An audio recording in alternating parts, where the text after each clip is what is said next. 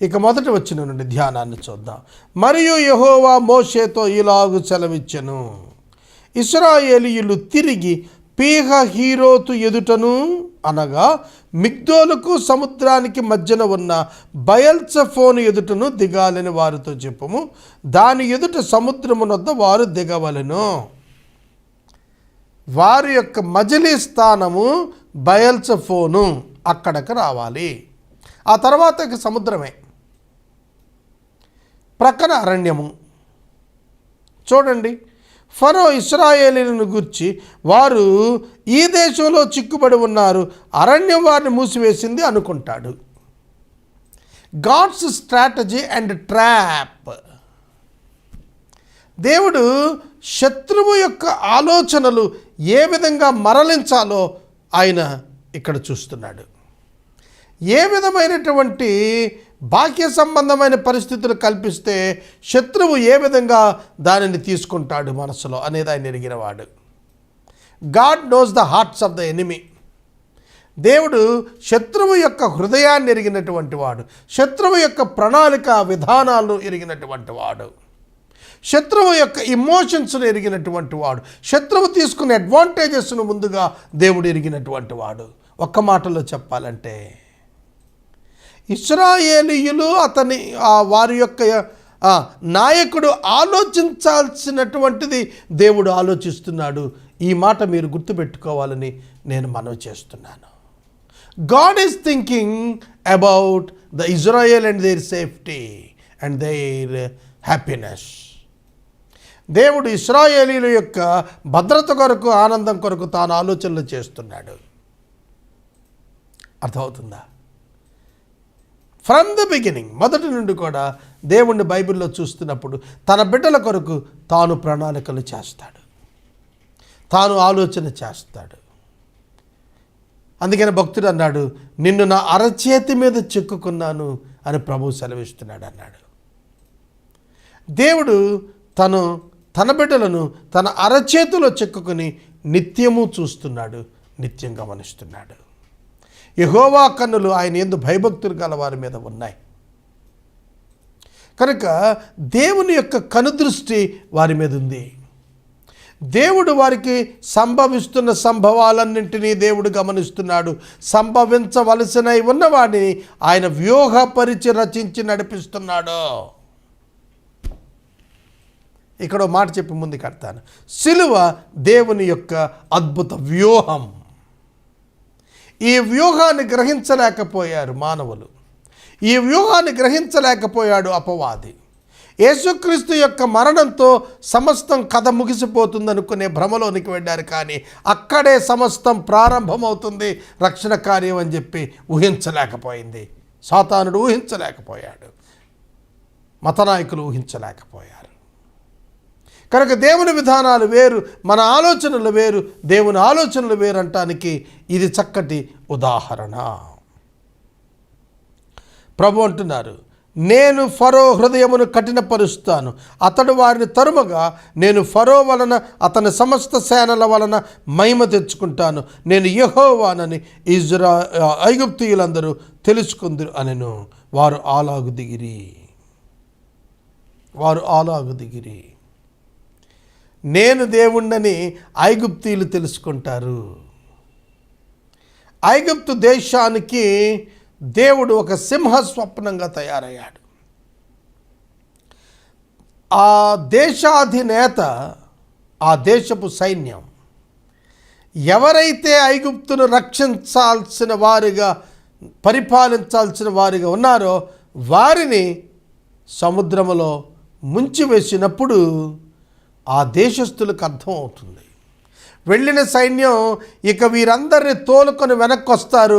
ఎప్పటిలాగానే మన వస్తువులు, మన బంగారం మనకు వచ్చేస్తాయి. మళ్ళా ఎప్పటిలాగానే మనకు దాసులు ఏర్పడిపోతారు. మనం వారిని ఇంకా కఠినమైనటువంటి శ్రమకు గురి చేసి, భయకంపితులను చేసి ఆధిపత్యం ప్రదర్శించవచ్చు అనుకుని ఎదురు చూస్తున్నటువంటి ఐగుప్తీయులకు ఒక బలమైనటువంటి షాక్ తగులుతుంది.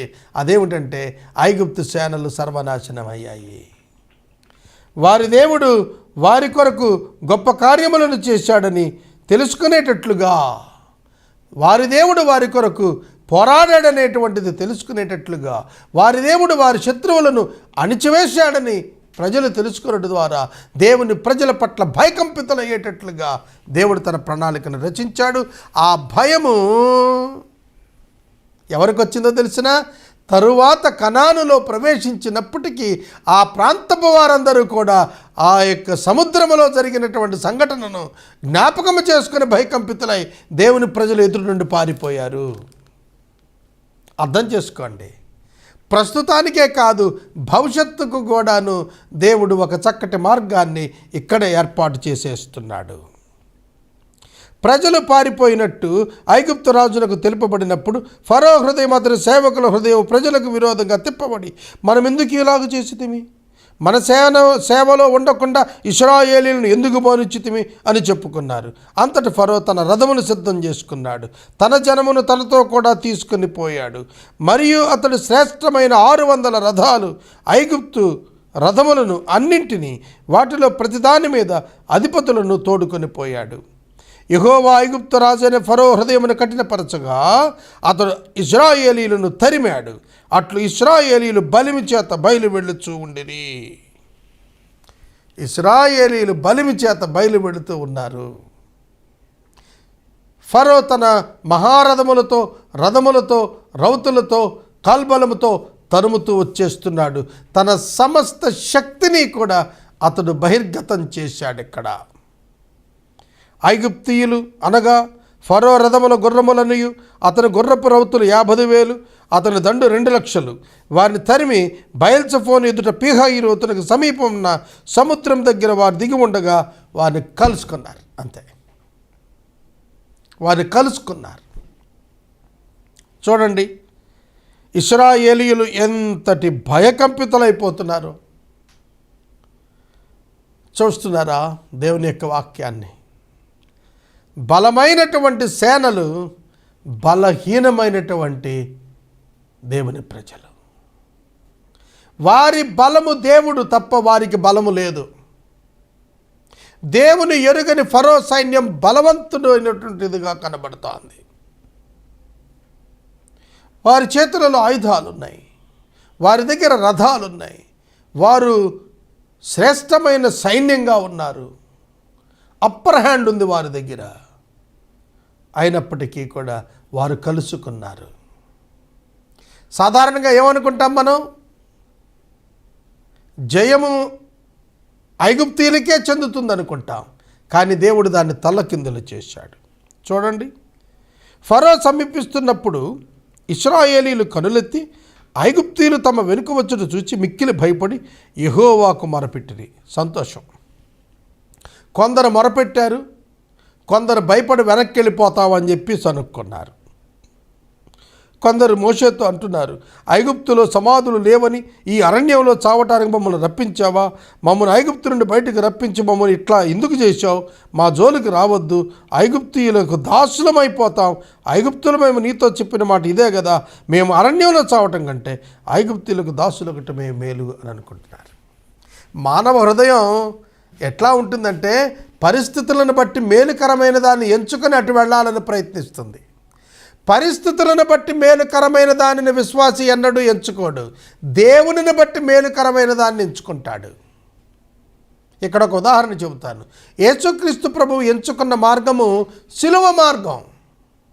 యేసుక్రీస్తు ప్రభువు ఎంచుకున్న మార్గములో శ్రమ ఉన్నది, మరణమున్నది, రక్తము చిందించాల్సిన అవసరం ఉన్నది. అయినప్పటికీ ఆ మార్గాన్ని ఎంచుకున్నాడు. కనుక సులువైన మార్గాలను వెతుక్కునేవాడు విశ్వాసి కాదు. దైవ చిత్తానుకూలమైన మార్గాలను వెతుక్కున్నవాడే నిజమైన విశ్వాసి.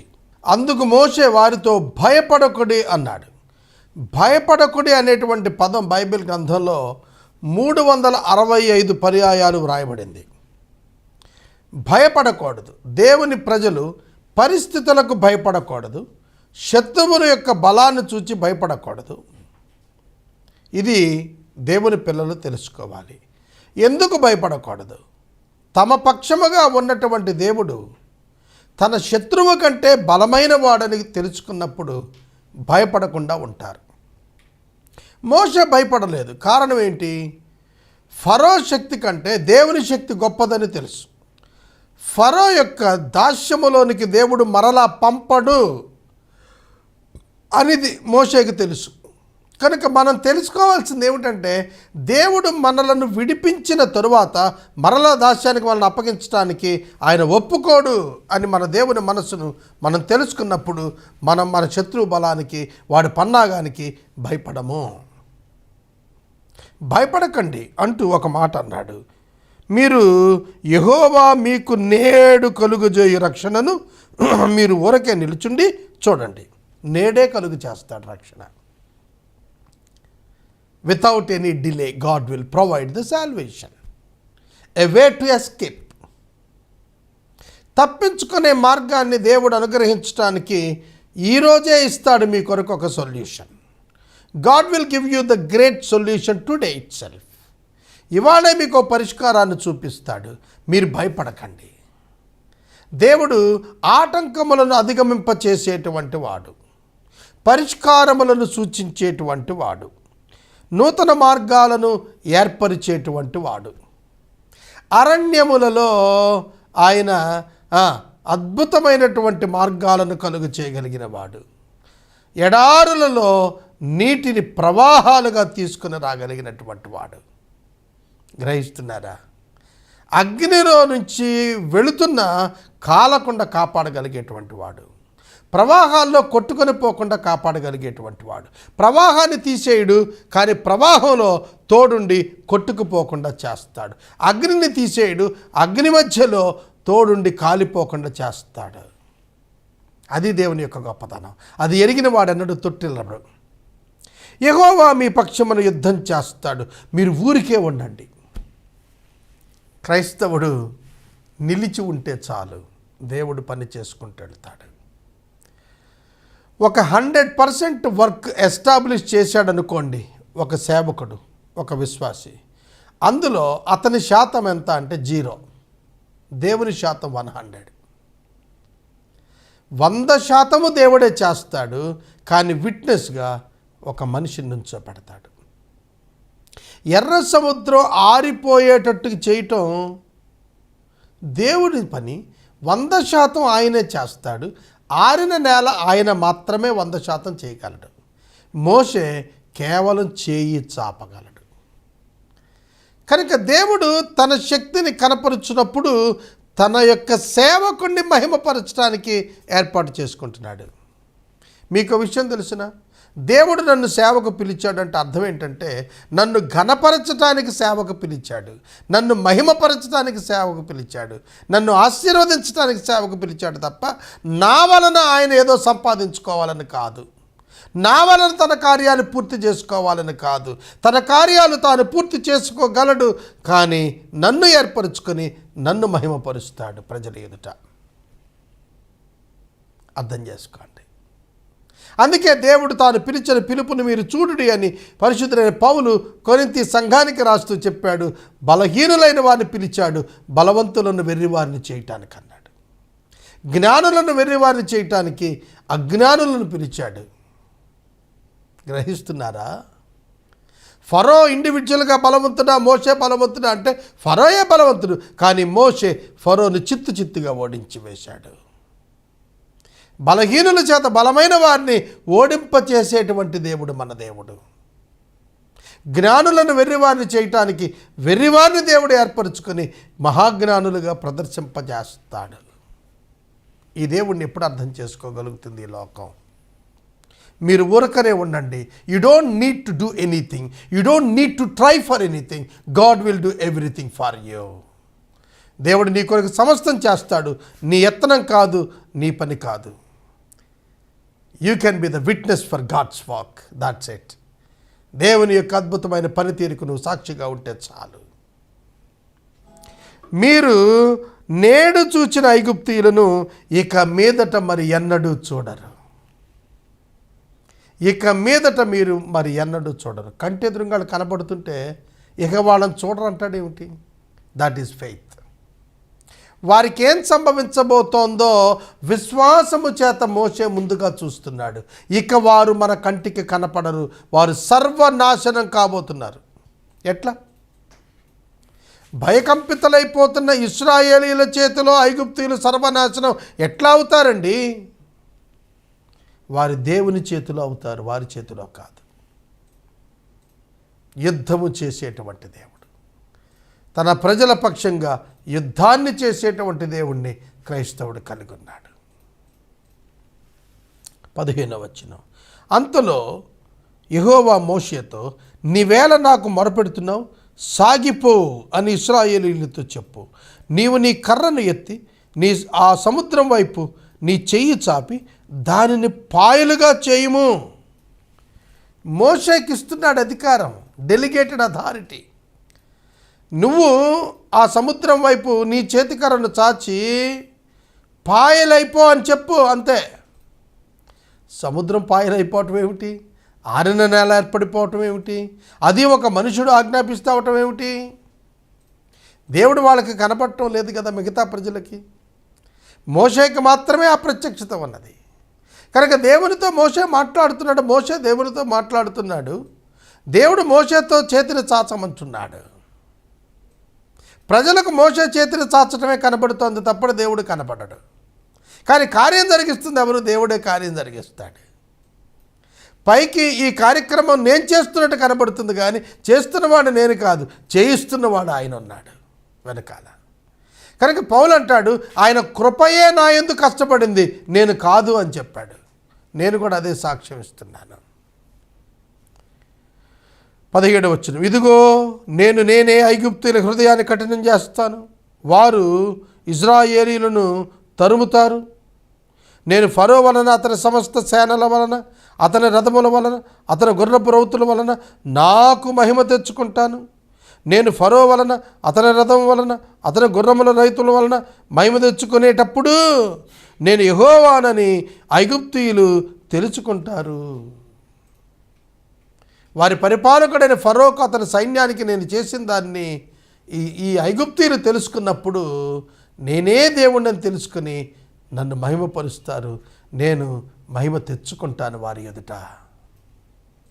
దేవుడు తన మహిమను ఎవరికి చెందనియ్యడు. నా మహిమను నేను ఎవరికి ఇచ్చువాడను కానని ఆయన ప్రకటన చేసుకున్నాడు. అప్పుడు ఇశ్రాయేలీయుల ఎదుట సమూహమునకు ముందుగా నడిచిన దేవదూత వారి వెనుకకు పోయి వారిని వెంబడించెను. ఆ అగ్ని స్తంభము మేఘస్తంభము వారి ఎదుట నుండి వెనకకు పోయినదన్నమాట. ఆ మేఘస్తంభం వారి ఎదుటి నుండి పోయి వెనకకు నిలిచింది. మేఘస్తంభం అవటం చేత ఐగుప్తీయులకు కళ్ళు మందగించాయి, కనపడలేదు. అదే స్తంభములో యువతల భాగం అగ్నిస్తంభం కాబట్టి ఇశ్రాయేలీయులకు చక్కటి వెలుతురు కనపడింది. వారి ప్రయాణం సజావుగా సాగింది. ఇక్కడ ఒక పాఠం నేర్చుకుందాం. ఐగుప్తీయులకు గుర్రాలు, రథాలు ఉన్నాయి, సామర్థ్యం ఉంది పరిగెత్తటానికి, పట్టుకోవటానికి. కానీ అననుకూల ప్రతికూల పరిస్థితులు దేవుడు వారికి కల్పించాడు. ఇశ్రాయేలీయులు పరిగెత్తలేరు, గుర్రాలు లేవు, రథాలు లేవు, సాధారణమైన నడక. కానీ వారి నడక సాగుటకు దేవుడు అగ్నిస్తంభాన్ని ఉంచాడు. అగ్నిస్తంభం యొక్క వెలుతురులో చక్కగా నడిచి ఆ సముద్రం అవతలకు చేరిపోయారు. వీరు గుర్రాలు, రథాలున్న ఆ మేఘస్తంభం వల్ల కళ్ళు మందగించడం వల్ల వారు చేరలేకపోయారు. అంతేకాదు, దేవుడు వారి యొక్క రథాల యొక్క చక్రాలు ఊడిపోయేటట్లుగా ఆజ్ఞాపించాడు. A divine action, super natural power manifestation, దేవుని యొక్క మహత్తు శక్తి వెలువడింది అక్కడ. అది ఐగుప్తీయుల సేనకు ఇశ్రాయేలు సేనకు నడుమ ప్రవేశించి వారిని వేరు చేసింది. అది మేఘము కనుక వారికి చీకటి కలిగిన, కానీ రాత్రి అది వీరికి వెలిగించింది కనుక ఆ రాత్రి అంతయు ఐగుప్తీయుల సేన ఇశ్రాయేలీలను సమీపించకుండా దేవుడు చేశాడు. God protected the people of Israel from the armies of Egypt. ఐగుప్తు యొక్క సేనలు నడుస్తున్న ఇశ్రాయేలీయులను చేరకుండా దేవుడు మధ్యలో వచ్చి నిలబడ్డాడు. గుర్తుపెట్టుకోండి, నీ శత్రువు చేతికి దేవుడు నిన్ను అప్పగించడు. నీ శత్రువు నిన్ను కబళించాలని చేసే యత్నాలకు దేవుడు ఆటంకం కలిగించేస్తాడు.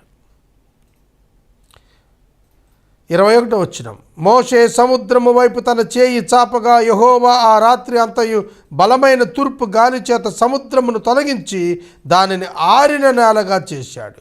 నీళ్లు విభజించబడ్డాయి. ఇశ్రాయేలీయులు సముద్రపు మధ్యన ఆరిన నేల మీద నడిచి వెళ్ళారు. ఆ నీళ్లు వారి కుడి ప్రక్కన ఎడమ ప్రక్కన గోడల వలె నిలిచి ఉన్నాయి. ఐగుప్తీయులు, ఫరో రథములు, ఫరో గుర్రములు, రౌతులు ఇశ్రాయేలును తరిమి సముద్రం మధ్యకు చేరిపోయారు. అయితే వేకువజామున యెహోవా ఆ అగ్ని మేఘమయమైన స్తంభము నుండి, ఇది ఒకే స్తంభం, ఒక ప్రక్కన అగ్ని ఒక పక్కన మేఘం, ఐగుప్తీయుల దండును చూచి ఐగుప్తీయుల దండును కలువరపరిచి రథచక్రాలు ఊడినట్లు చేయగా వారు కష్టపడి తోలుచున్నారు. వారు గ్రహించుకున్నారు, వారి దేవుడు వారి పక్షంగా మనతో యుద్ధం చేస్తున్నాడు. అప్పుడు ఐగుప్తీయులు అంటున్నారు, ఇశ్రాయేలీయుల ఎదుటి నుండి పారిపోదారండి, యెహోవా వారి పక్షమున మనతో యుద్ధం చేస్తున్నాడు.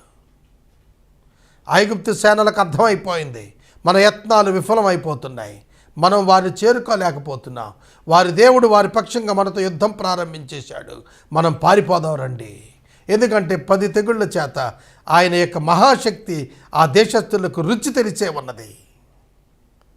వారందరికీ కూడా దేవుని యొక్క ఆ బలమేంటో తెలుసు. అందుకనే వాళ్ళు అంటున్నారు, పారిపోదాం రండి అంటున్నారు, వెళ్ళిపోదాం రండి అని అనుకుంటున్నారు, కానీ వారు వెళ్ళలేరు. 26వ వచనం. అంతలో యెహోవా మోషేతో ఐగుప్తీయుల మీదకి, వారి రథాల మీదకి, వారి రౌతుల మీదకి నీళ్లు తిరిగి వచ్చేటట్లుగా సముద్రం మీద నీ చేయి చాపమని మోషేతో చెప్పాడు. మోషే సముద్రం మీద తన చేయి చాపగా ప్రొద్దు పుడిచినప్పుడు సముద్రం అత్యధిక బలముతో తిరిగి పొర్లింది. ఐగుప్తీయులు అది చూసి వెనకకు పారిపోయి, అప్పుడు యెహోవా సముద్ర మధ్యమున ఐగుప్తీయులను నాశనము చేశాను. ఎవరు చేశారు? సముద్రం చేసింది అన్నాడు, నాశనం కాదు, యెహోవా నాశనం చేశాడు. వారు సముద్రపు నీళ్లలో పడి చచ్చారు. వారి రథాలన్నీ అక్కడే ఉన్నాయి. ఇప్పటికీ కూడా సముద్రములో, ఎర్ర సముద్రములో ఐగుప్తు సేనలు ఉపయోగించిన రథాల యొక్క చక్రాలు దొరుకుతున్నాయి. ఈజిప్ట్ మ్యూజియంలో ఆ విధంగా దొరికినటువంటి ఒక ఇనుప రథం తీసుకొచ్చి పెట్టారు, కళ్ళారా మేము చూచాం.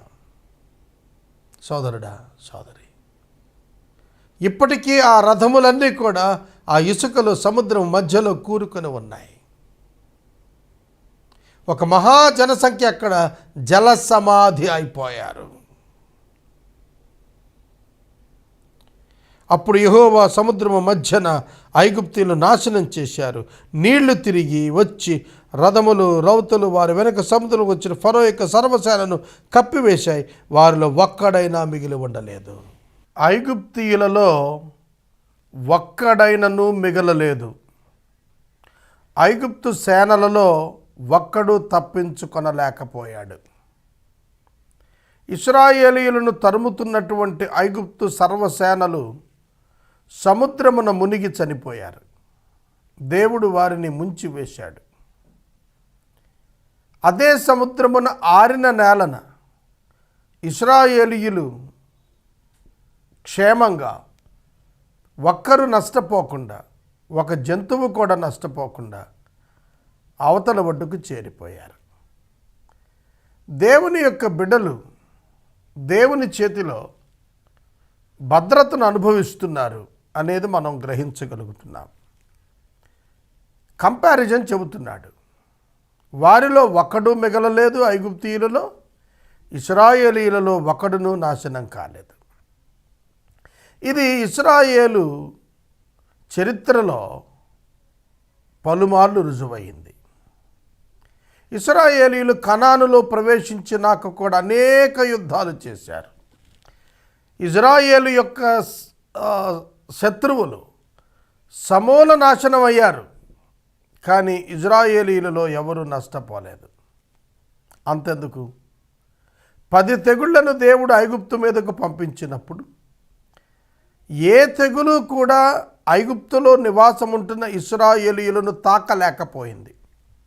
91వ సంకీర్తనలో కీర్తనాకారుడు రాసినటువంటి మాట, ఏ అపాయము నీ గుడారమును సమీపించదన్నాడు, ఏ తెగులు నీ గుడారాన్ని సమీపించదన్నాడు. అది వాస్తవం, జరిగింది. దేవుని పిల్లలకు దేవుని భద్రత నిలిచి ఉన్నది. దేవుని పిల్లల చుట్టూ దేవుని కంచె నాటబడి ఉంటుంది. దేవుని అనుమతి లేకుండా దేవుని పిల్లలను తాకటానికి తెగులుకు కానీ అపవాదికి కానీ అధికారం లేనే లేదు. ఇది మనం తెలుసుకోవాలి. 29వ వచనం, అయితే ఇశ్రాయేలీయులు ఆరిన నేలను సముద్ర మధ్యమున ఉన్నప్పుడు ఆ నీళ్లు వారి కుడి ఎడమ ప్రక్కల గోడల వలె ఉండెను. నీరు గోడ వలె ఉండెను. నీరు గోడ వలె ఉండెను. నీరు గోడగా ఉండటం అంటే ఐస్ బ్లాక్స్ లాగా అని మనం అర్థం చేసుకోవచ్చు. నీరు గోడల వలె ఉండెను కనుక ఘనీభవించినటువంటి స్థితిలో నీరు గోడల వలె నిలిచింది. ఆరిన నేల ఏర్పడింది. సముద్ర మధ్యలో ఆరిన నేల తన పిల్లల కొరకు దేవుడు ఒక్క రాత్రిలో ఏర్పరిచాడు. గుర్తుపెట్టుకోండి, God can make a way in all your great problems. నీ గొప్ప గొప్ప సమస్యలు అన్నింటా కూడా దేవుడు అతి తక్కువ కాలంలో గొప్ప మార్గాన్ని ఏర్పాటు చేయగలుగుతాడు. 30వ వచనం, ఆ దినమున యెహోవా ఐగుప్తీయుల చేతిలో నుండి ఇశ్రాయేలీయులను రక్షించెను. ఇశ్రాయేలీయులు చచ్చిన ఐగుప్తీయులను అనగా ఐగుప్తీయుల శవములను సముద్ర తీరమున చూచారు. 31వ వచనం, యెహోవా ఐగుప్తీయులకు చేసిన గొప్ప కార్యమును ఇశ్రాయేలీయులు చూచిరు గనుక ఆ ప్రజలు యెహోవాకు భయపడి యెహోవా యందును ఆయన సేవకుడైన మోషే యందును నమ్మకముంచిరి. చూడండి, యోహాను సువార్త 2వ అధ్యాయంలో యేసుక్రీస్తు ప్రభువు వారు చేసినటువంటి సూచక క్రియ, నీటిని ద్రాక్షారసంగా మార్చిన సూచక క్రియ చూచిన శిష్యులు ఆయన యందు నమ్మిక ఉంచారు అని వ్రాయబడింది. ఇక్కడ కూడాను దేవుడు చేసినటువంటి కార్యములను చూచిన ప్రజలు నమ్మకం ఉంచారు. కార్యములను చూచి నమ్మిన వారు వీరు. కార్యములను చూచి నమ్ముట కంటే చూడక నమ్మిన వారే ధన్యులు. చూడక నమ్మిన వారే స్థిరపరచబడతారు. ఇది బైబిల్ వాస్తవం. తోమ ప్రభువును పునరుద్ధానుడైనాడని చూచి నమ్ముతానని పలికాడు. ప్రభువు అతనితో అన్నారు, నీవు చూచి నమ్మితివి కానీ చూడక నమ్మిన వారు ధన్యులు అన్నాడు. కనుక ఆధారాల వలన నమ్మటం, సూచక క్రియల వలన నమ్మటం విశేషం కాదు.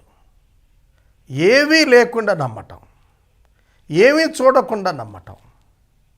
చూడకుండా నమ్మటం ఎట్లా? అదే విశ్వాసం.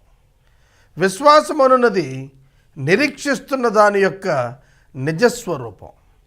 అబ్రహాము తాను దేవుడు వాగ్దానం చేసిన దానిని భౌతికంగా చూడలేదు, కానీ దూరము నుండి చూచి వందనము చెల్లించాడు. విశ్వాసం ఉంచాడు. విశ్వాసం ఉంచిన వాడు స్వతంత్రించుకోగలుగుతాడు. గుర్తుపెట్టుకోండి.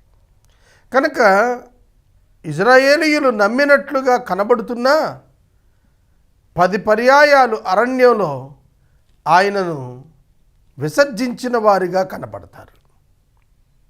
పలుమార్లు మోషే పైన నీటి కొరకు, తిండి కొరకు, ఆహారం కొరకు, మాంసం కొరకు సణిగిన వారిగా కనపడతారు. దేవుని శక్తిని చూచి నమ్ముడు కంటే దేవుణ్ణి చూడకుండానే దేవుని శక్తిని నమ్మగలగటం విశ్వాసం అవుతుంది. అలాంటి విశ్వాసం మనకు భద్రతను, క్షేమాన్ని ఏర్పాటు చేస్తుంది.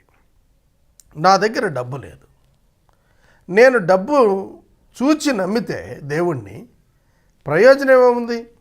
దేవుణ్ణి నమ్ముతాను కనుక డబ్బు దానంతట అదే దేవుడు ఇస్తాడు.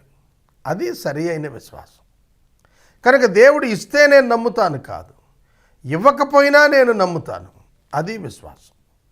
కనుక ఇక్కడ ప్రజలు మోషే మీద నమ్మకాన్ని వ్యక్తం చేశారు. ప్రజలు మోషే పైన వ్యక్తం చేసిన నమ్మకం ఎక్కువసేపు నిలబడలేదనేది తర్వాత అధ్యాయాలు మనకు చెప్పనే చెబుతాయి. చూచి నమ్మిన వారి కంటే చూడక నమ్మిన వారు ధన్యులు. యెహోవాకు భయపడటం ఐగుప్తీయులను నాశనం చేసినందుకు భయపడటం, ఆయన శక్తిని చూచి భయపడటం కాదు. ఆయన శక్తిని చూచి ఆయనను ప్రేమించటం ప్రధానం. ఆయనకు భయపడటం అంటే ఆయన సంహరిస్తాడనే భయం కాదు, ఆయన నామానికి అవమానం ఎక్కడొస్తుందో అనే భయం మనం కలిగి ఉండాలి. కనుక మన వలన దేవునికి అవమానం కలగకుండా మనం భయం కలిగి ఉండాలి తప్ప, దేవుని పట్ల భయం అంటే ఆయన నశింపజేస్తాడేమో అనే భయంతో ఆయన సేవిస్తే అది ఆయనకి సంతోషం కాదు. ఈ విషయాన్ని కూడా మీరు పరిగణలోనికి తీసుకోవాలి. 14వ అధ్యాయం ముగించుకున్నాము.